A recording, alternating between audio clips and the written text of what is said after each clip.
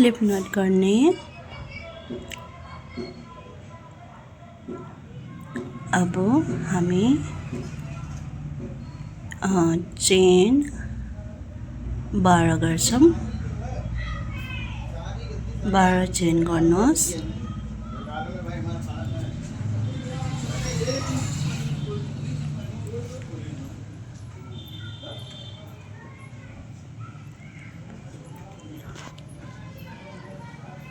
बाह्र चेन भयो। अब हामी पहिलो चेनलाई स्किप गरेर दोस्रो चेनमा हामी सिंगल क्रोसेट गर्ने, फेरि चेन 1 गर्ने अनि एउटा चेनलाई स्किप गरेर दोस्रो चेनमा सिंगल क्रोसेट गर्ने। यही प्याटर्न हामी रिपिट गर्दै जाने लास्टसम्म।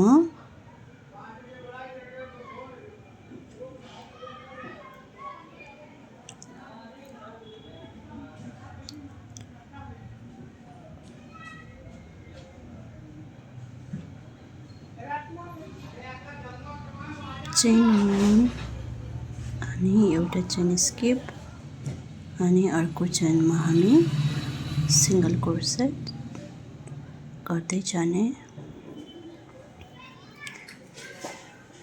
यो चाहिँ रो 1 भयो।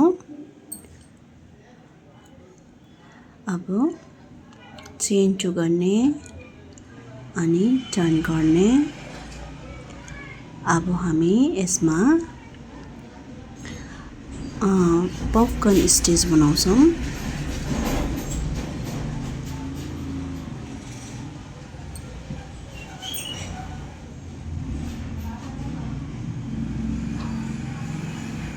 चारचोटि डबल क्रोसेट गरेर एउटा पपकर्न स्टिच बनाउनुहोस्। तपाईहरु 5 वटा डबल क्रोसेट पनि गर्न सक्नुहुन्छ। मैले 4 चोटि गरे। अब चेन 2 गर्ने अनि फेरि अर्को बनाउने त्यस्तै।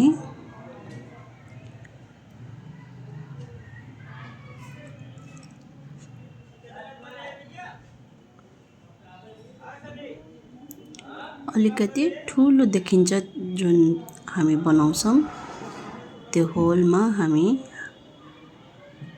यो पपकर्न स्टिच बनाउने।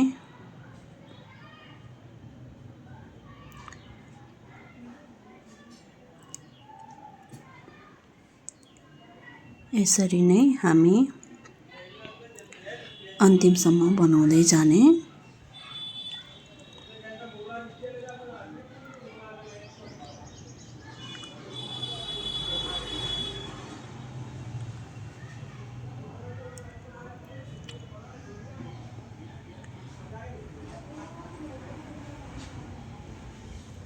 अब यो लास्ट वालामा चाहिँ हामी एउटा मात्र चेन गर्छौं अनि एउटा हाफ डबल क्रोसेट गर्ने। हर चोटि हामी लास्टमा चाहिँ एउटा चेन गरेर एउटा हाफ डबल क्रोसेट गर्ने अनि चेन 1 गरेर टर्न गर्ने। अब हामी फेरि रो 1 रिपिट गर्छौं। चेन 1 अनि सिंगल क्रोसेट, चेन 1 अनि हर ग्यापमा हामी सिंगल क्रोसेट गर्दै जाने।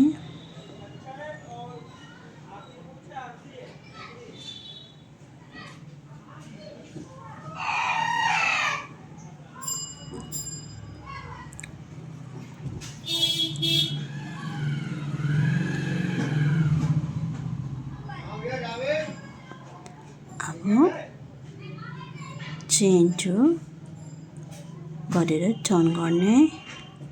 अब फेरि हामी पपकर्न स्टिच बनाउँछौँ।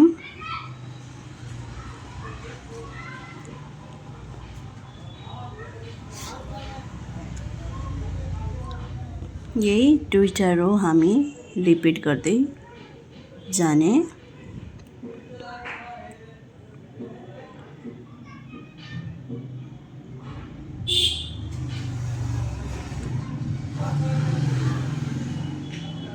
फेरि अर्को बनाउनुहोस्।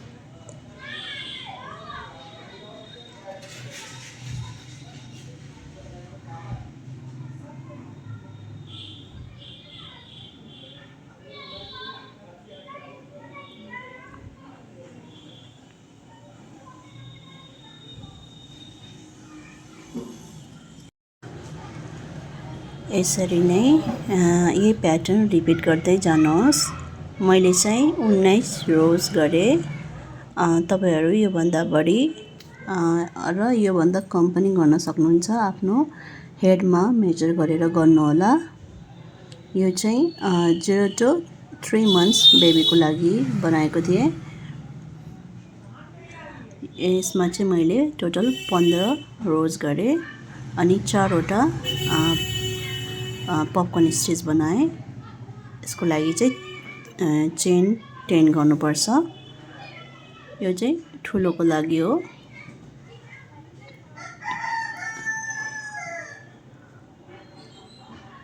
कम्प्लिट भयो 19 रोज। अब चाहिँ हामी यसमा एक राउन्ड हामी सिंगल क्रोसेट गर्छौं।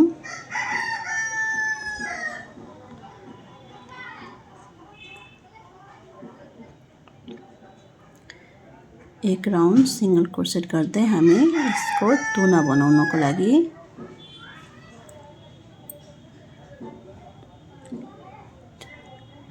एउटा चेन एउटा ग्यापमा अनि ठुलो ग्यापमा चाहिँ दुईटा सिंगल क्रोसेट गर्नुहोस्।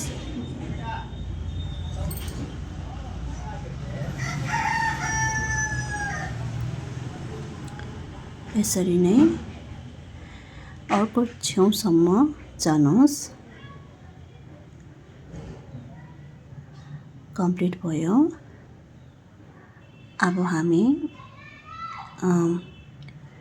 यसको तुना बनाउँछौं हामी बान्नको लागि। ठ्याक्कै सेन्टरमा पारेर गर्नुहोला। चेन 40 गर्नुहोस्।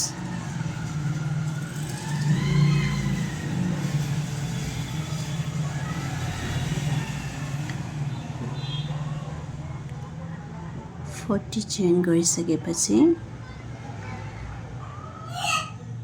सिंगल क्रोसेट गरिदिनुहोस्।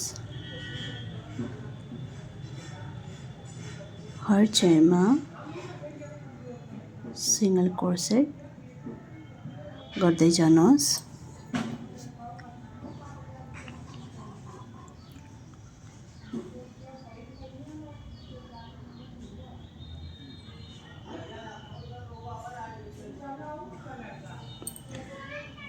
नानीको हेडब्यान्डको लागि चाहिँ चेन 30 गर्नुहोला।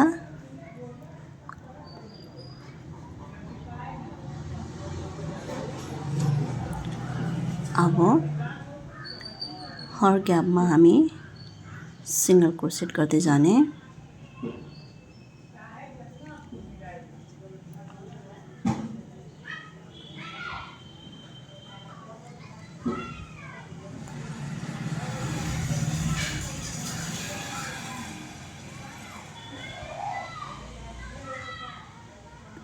अघि गरे जस्तै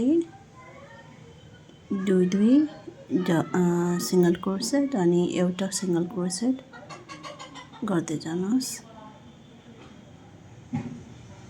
आफै मिलाएर गर्नुहोला। यसरी नै फेरि अर्को छेउसम्म गर्नुहोस्। अब फेरि हामी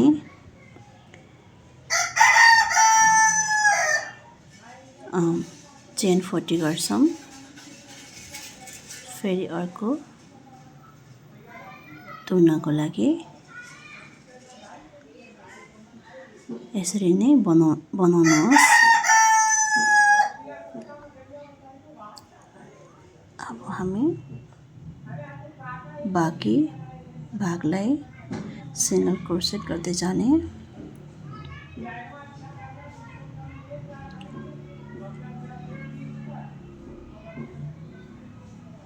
अनि यो फर्स्ट चेनमा हामी स्लिप स्टिच गरेर चेन 1 गर्ने अनि कट गरिदिने।